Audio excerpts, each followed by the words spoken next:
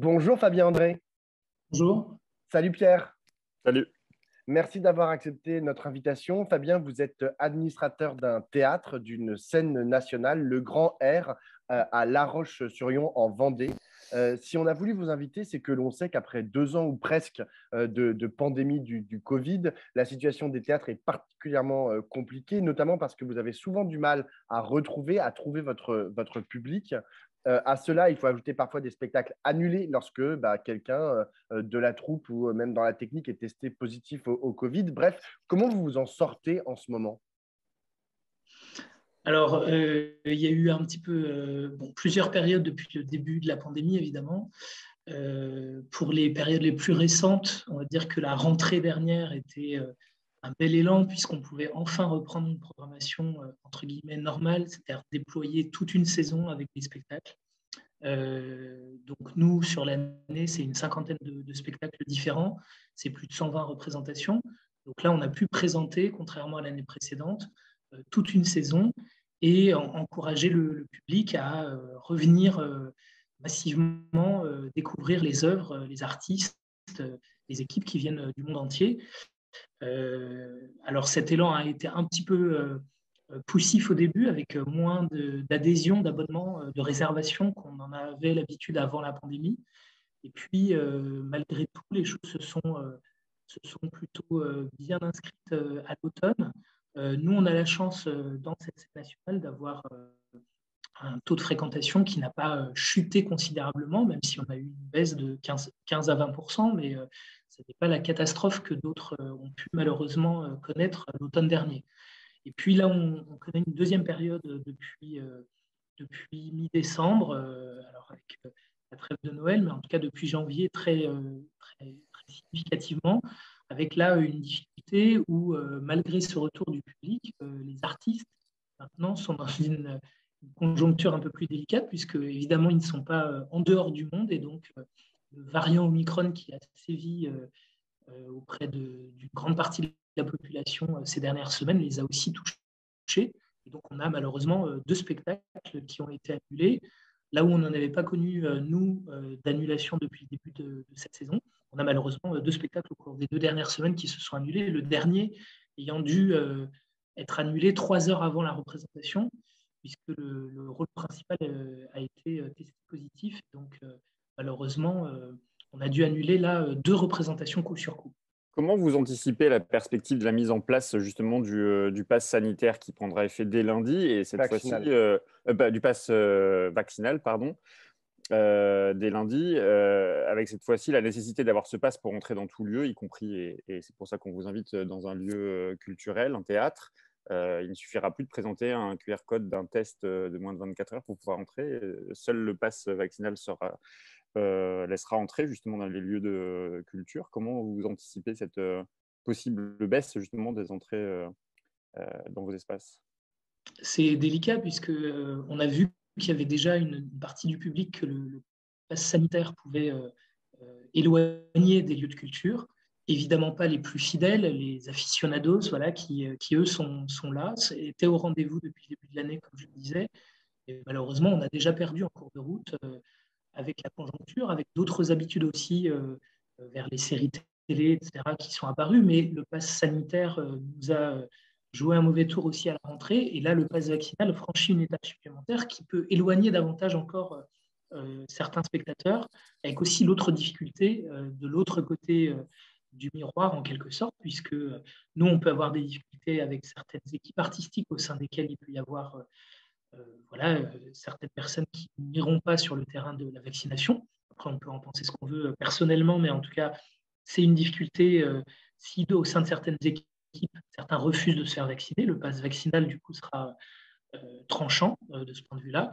Et puis, au sein même de nos équipes, c'est-à-dire nos propres salariés, il peut y avoir certaines personnes qui, du coup, vont être avec leur contrat de travail suspendu. Donc, nous, on se doit de l'appliquer en tant qu'employeur, on se doit de l'appliquer en tant qu'établissement recevant du public, aussi bien pour le public donc que pour les artistes qui côtoient ce public.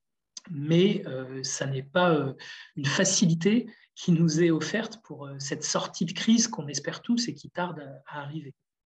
Plus fondamentalement, qu'on ait un pass qui soit sanitaire d'ailleurs ou vaccinal pour entrer dans un théâtre. Est-ce que ça vous choque? Parce que ça reste quand même une discrimination supplémentaire pour entrer dans un théâtre. Déjà qu'on sait que ce n'est pas non plus le lieu le plus ouvert sur la cité qui soit. En fait, il faut trouver la juste mesure parce qu'il y ait des mesures sanitaires qui soient prises, et on les a prises très tôt, quand on a pu enfin rouvrir après les 2-3 premiers mois de confinement au printemps 2020. On a tout de suite eu des jauges restreintes, le masque obligatoire, le gel hydroalcoolique, la distanciation. Après, au fur et à mesure, le pass sanitaire nous a quand même permis de reprendre avec des jauges pleines et non pas des jauges réduites comme ça avait été le cas toute la saison dernière. Ça nous a permis de retrouver le public scolaire, puisque là, on ne lui demandait pas de passe sanitaire, donc on pouvait reprendre toutes les représentations scolaires sans aucune restriction de jauge là aussi. Disons que voilà, on avance au fur et à mesure. Nous, on s'est adapté régulièrement aux mesures qui nous étaient imposées, demandées. Il y a l'aspect de discrimination, et c'est surtout que là, le pass vaccinal ne laisse plus le choix. C'est-à-dire que le pass sanitaire pouvait permettre aux personnes qui ne souhaitaient pas pour l'instant se faire vacciner, pour X raisons, d'avoir cette possibilité du test. Après, le public n'est pas à part, donc c'est vrai qu'on est dans une société où il faut qu'on essaie d'avancer tous ensemble pour essayer de sortir quand même de cette conjoncture sanitaire très délicate avec un virus qui circule et qui a pu avoir des aspects très graves à certaines périodes. C'est moins le cas aujourd'hui, mais il y a des personnes qui continuent à être touchées. Et donc, comme on n'est pas à part, il faut effectivement trouver la juste mesure en préservant le public, les artistes, et en même temps en n'ayant pas de restrictions qui soient trop à l'encontre même de nos activités. Vous dites que vous n'êtes pas à part et en même temps, on a le sentiment que cette fois-ci, ou au moins pour ces derniers mois, la culture, le monde de la culture a été écouté parce que pendant longtemps, quand même, les lieux de culture ont été fermés, notamment dans la première vague et la deuxième vague d'ailleurs du Covid. Mais cette fois-ci, contrairement aux boîtes de nuit, par exemple, le gouvernement a décidé de maintenir les lieux, les établissements culturels ouverts. Vous avez le sentiment que la culture tient une place à part dans la politique du gouvernement, que les demandes du monde de la culture ont été entendues, que vous avez été écouté? Ça a mis du temps. Sans doute que le pass sanitaire les a aidés à nous accorder plus de souplesse dans la gestion des publics, effectivement. Mais on ne peut pas dire qu'on soit toujours entendu. Et là, par exemple, d'un point de vue aussi des aides qui ont été accordées, on était dans des aides de droit commun. Le secteur subventionné auquel j'appartiens, dans lequel je travaille, n'a pas été le plus soutenu, en tout cas sur des aides spécifiques à la culture. Ça a été un peu plus le cas du côté du privé, et heureusement pour eux, puisque évidemment, ils dépendent encore plus que nous de toutes les recettes de billetterie qui avaient quasiment disparu en 2021. Et c'est vrai que le monde de la culture n'est pas toujours entendu. Au-delà des beaux discours, il y a quand même derrière une réalité du terrain qui n'est pas toujours reconnue. Donc on a été accompagné, on a pu déployer d'autres types d'actions vers aussi des populations dans les quartiers qui, par exemple, sont plus rarement touchées dans une activité ordinaire. Donc ça nous a permis de déployer voilà, d'autres types d'actions, mais on ne peut pas dire que depuis 2 ans, la culture soit prioritaire, alors que ça aurait pu être le cas, comme de dire que les écoles devaient rester ouvertes. On pouvait tenir le même discours avec tous les lieux de culture. Et ça a tardé à arriver, et ce n'est pas encore totalement le cas. Tout à l'heure, vous avez dit que même si la fréquentation avait repris dans votre théâtre, il y avait quand même eu une baisse de 15 à 20% de la fréquentation. Et en plus de ça, vous nous avez parlé des 2 spectacles qui ont été annulés depuis le début de l'année civile. Comment est-ce que vous gérez ça au niveau de vos comptes? Est-ce que, par exemple, vous avez des aides spécifiques pour combler ce manque de recettes tout d'un coup? Non, nous, on n'a pas eu d'aide spécifique. On avait eu plutôt dans l'année 2021 des aides à l'emploi pour maintenir les travailleurs permanents et intermittents. Donc ça, c'était important, mais c'était des aides de droit commun, comme tous les secteurs d'activité touchés.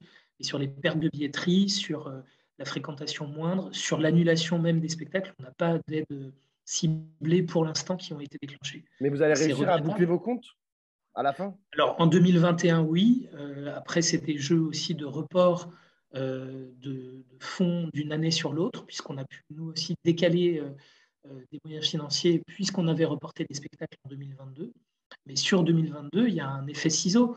Moins de fréquentation, moins d'aides spécifiques Covid telles qu'elles ont existé en 2020-2021. Et à l'inverse, il faut maintenir et même renforcer une activité, puisqu'on avait déployé davantage de spectacles en 2022, avec cette reprise d'activité sur cette saison, et puis la saison prochaine. Donc il y a aussi l'effet embouteillage dont on a beaucoup parlé dans le monde de la culture, côté théâtre, côté cinéma, avec davantage d'œuvres qui sortent à la fois dans les salles et sur les écrans. Et malgré tout, le public n'est pas totalement au rendez-vous. Donc il y a cet effet entonnoir et effet ciseau côté financier sur lequel on n'est pas spécialement aidé. Vous le disiez justement, le Covid, la crise sanitaire aura eu un impact sur les comportements, sur les manières d'avoir une habitude d'aller au théâtre, d'aller au cinéma. On voit bien que l'habitude de revenir au cinéma n'est pas tout à fait revenue, loin de là. Mais ça pose peut-être une question plus naïve que j'avais envie de vous poser, qu'on avait envie de vous poser. Pourquoi aller au théâtre en 2022 ? Alors, moi, je pense que c'est plus important que jamais, parce qu'on a vu l'éloignement aussi, l'isolement que certains ont pu subir, ressentir, à la fois dans les périodes de confinement, de fermeture aussi de nos établissements. Et n'oublions pas que les lieux culturels, les théâtres en particulier, ce sont des lieux de rencontre, de croisement des sensibilités, d'échange, d'agora. Dans l'Antiquité même, ces lieux étaient des lieux citoyens où on venait échanger sur la conjoncture du monde, la société dans laquelle on évolue. Et moi, je pense que plus que jamais, les missions de service public que nos établissements remplissent, c'est-à-dire d'être voilà, à la croisée des chemins, des sensibilités, des parcours individuels, c'est plus important que jamais. Et ça serait évidemment assez facile de céder aux sirènes technologiques, de se dire voilà, on a une offre pléthorique sur les écrans, les petits écrans de smartphone comme les grands écrans dans notre salon. On a des offres démultipliées, on a les réseaux sociaux qui nous permettent d'être les uns avec les autres.